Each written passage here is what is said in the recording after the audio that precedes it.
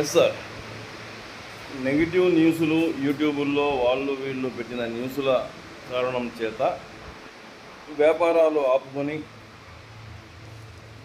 ఏదన్నా ఏమవుతుందోలే అన్న, ఏదో అయిపోతుందో ఏమవుతుందిలే అన్న సందేహాలతో కాలాన్ని వెలబెచ్చుకుంటూ వ్యాపారాలను పక్కన పెట్టి ఏ వ్యాపారాలనైతే మనం విసిగిపోయి ట్రెడిషనల్ మార్కెట్ని వదిలి వచ్చామో మళ్ళీ అలాంటి వ్యాపారాలు లేకపోతే రకరకాల వేరే డైరెక్ట్ సెల్లింగ్లను చేసుకుంటూ కొంతమంది అడుగులు ముందుకు వేస్తున్నారు. కొంతమంది మాత్రమే. అయితే ఒక్కసారి ఆలోచించండి.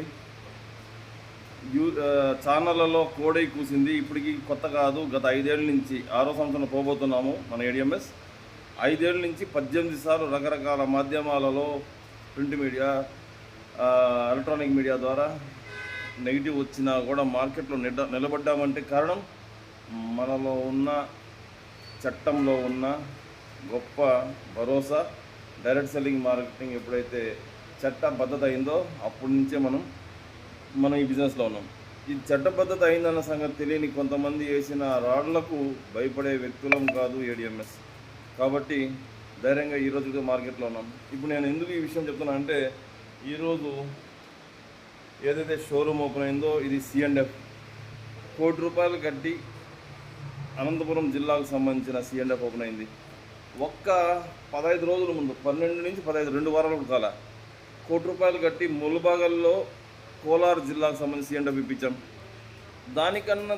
దానికి దీనికి మధ్యలో 22 లక్షలు పెట్టి పాకాల షోరూమ్ ఓపెన్ అయింది. దీని మధ్యలో ఒంగోలులో 24 లక్షలు పెట్టి ఒంగోలులో ఒకటి. దాని తర్వాత పీలేరుకి సంబంధించిన షోరూములకు C&Fలు వరుస పెట్టి ఓపెన్ చేసుకుంటూ పోతున్నాం నెగిటివ్ న్యూస్ వచ్చిన తర్వాత. అనగా ఇక్కడ మనం గుర్తించాల్సింది ఒకటి సార్, ఏ వ్యాపారాలకైతే అడ్డుపులు వేసినా ఇంత బ్రహ్మాండంగా, ఇంత ఉత్సాహంగా, ఇంత ముందుకు పోతున్నామంటే దానికి కారణం బలమైన చట్టం, బలమైన భరోసా, బలమైన మేనేజ్మెంట్, బలమైన ప్రోడక్ట్, బలమైన సిస్టమ్. ఇవన్నీ ఎప్పుడైతే బలంగా ఉంటాయో ఖచ్చితంగా మనం అందరము ఒక భరోసా కలిగిన కంపెనీలో, భరోసా కలిగిన మంచి మిషన్ ఉన్న మేనేజ్మెంట్ దగ్గర మనం ఉన్నాం. కాబట్టి దయచేసి ఎటువంటి అపోహలు పోకుండా ఎవరైతే ఇంకా ఆలోచిస్తున్నారో, ఆలోచించడం వల్ల చినిగితే తప్ప ఒరిగేదేముండదు సార్. మన ఎదుగుదలని మనం ఆపుకోవడం అది ఎంత అవివేకమో ఒకసారి ఆలోచించండి. వివేకులు ఎవరంటే ప్రతి నెగిటివ్ని కూడా పాజిటివ్గా మలుచుకోవాలి, లేదా ఆ నెగిటివ్ని పక్కన పెట్టి మనం ముందుకు పోవాలి. ఇక్కడ అందరు ఆగిపోయినారంటే కొంతమంది మాత్రం ఆగినారు. కొంతమంది ఎందుకు సార్? దయచేసి అర్థం చేసుకోండి. ఇది ఒక ప్లాట్ఫారం, బృహత్తరమైన ప్లాట్ఫారం.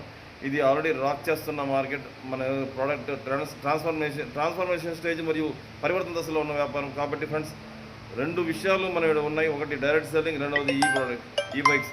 ఎప్పుడైతే 2 విషయాలు మన దగ్గర ఉన్నాయో, బలమైన 2 విషయాలను తీసుకొని మనం మార్కెట్లో పోతున్నాం. కాబట్టి అందరూ గుర్తించండి, గ్రహించండి.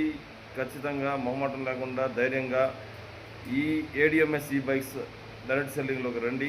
స్వాగతం, సుస్వాగతం. Thank you very much. Let's rock Adams ఈ బైక్ ఫీల్డ్. Thank you.